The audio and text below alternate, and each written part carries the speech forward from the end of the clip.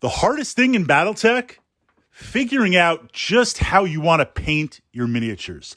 That's the question I want to explore in this Battletech vlog, but not so much from the hobby side. I mean, we've got various factions, we've got the great houses, we've got pirate nations, we've got mercenary groups, and even within kind of the standard colors of Battletech, the different houses, there are subgroups and lots of different ways to paint and explore your mechs.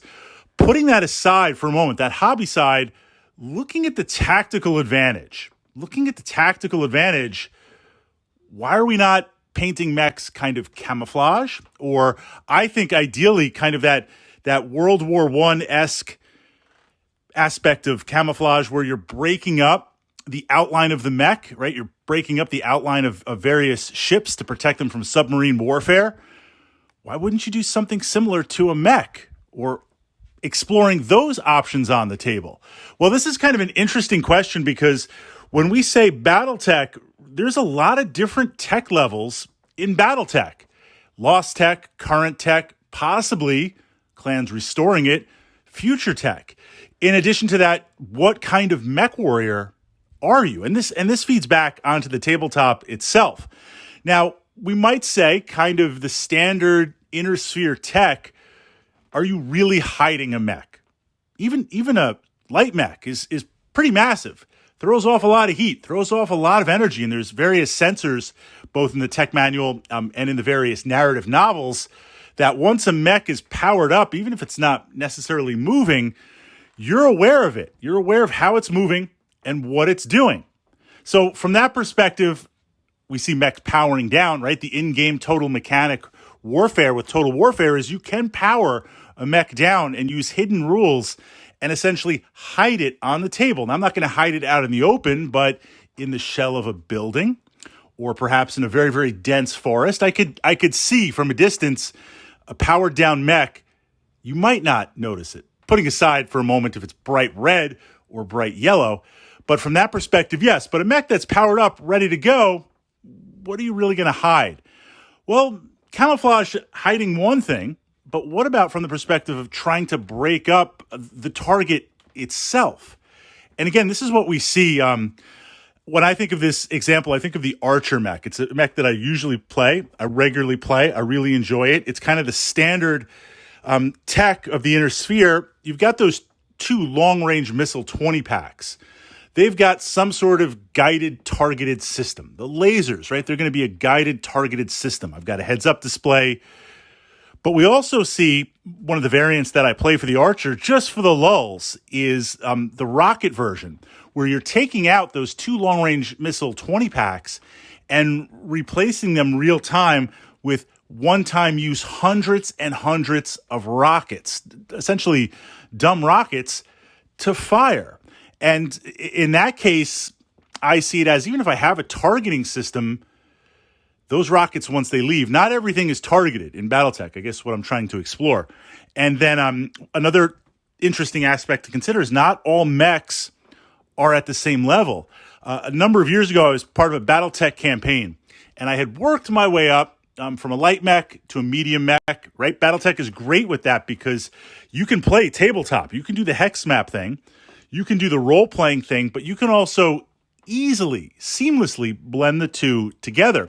So we would do the campaign on the hex map, Battletech tabletop, then we would role-play various things and see where you want to go and what you want to do.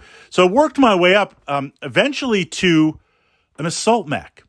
Now, it was a lot of fun. Tactically, it probably wasn't the best choice. I probably should have stayed with my Griffin, but I had the chance to buy a really beat-up, awesome mech, right? An assault mech. And this was the type of mech, it was on the market. This was the type of thing, it was going to take multiple generations to restore. Just on the damage and the components alone. But it was a little bit more in-depth because it was a role-playing game. The targeting and optics were completely shot. This thing was iron sights only.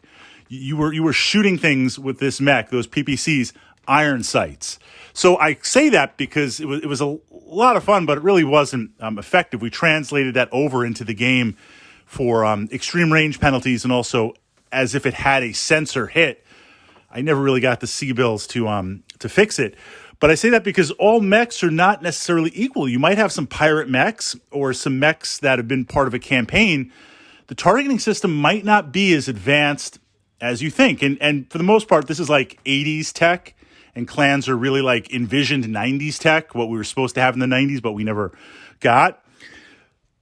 Looking at taking it back down to the tabletop, I could see painting mechs camouflage for when they're not moving, but also taking into account camouflage of when they are moving. Try to break that up. I mean, maybe you have a camo net from when you're not moving and you're powered down in the woods, and maybe it gets a little more complex moving on. Physically painting that on the tabletop, physically painting your miniatures like that.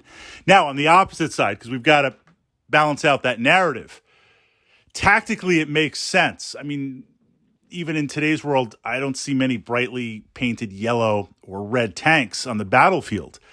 This idea of you're a mech warrior, you're the elite of the elite. Even if you're rocking like, I don't want to say the worst light mech out there, because everyone has their favorite mechs. There's a couple of mechs that I regularly play, which we could say they are not very good mechs, but I enjoy them and I've got a history.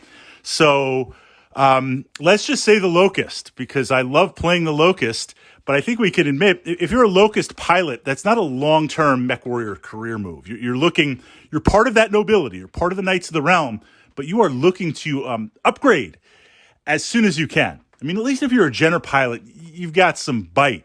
But I think if you're a Jenner pilot, you're going to be expected to do a lot more, given the weapons output. But being a Locust pilot, you're still a mech warrior. You still have that possibility. You're still part of that nobility. You can be a heavy tank commander. You can put me as a demolisher tank commander.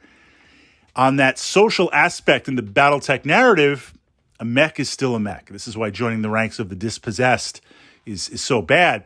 So if we explore it from that perspective, if I have a mech and I'm part of that nobility and I'm part of a great house, I want everybody to know. I mean, how am I going to hide this massive machine? As soon as I power it up, you're going to see it. I want everybody to know who I am. Knights of the Realm. That aspect, I could see why you paint it certain colors and you explore it. So turning it back around to that narrative, pulling it to the actual physical tabletop, painting your mechs camouflage, yes or no?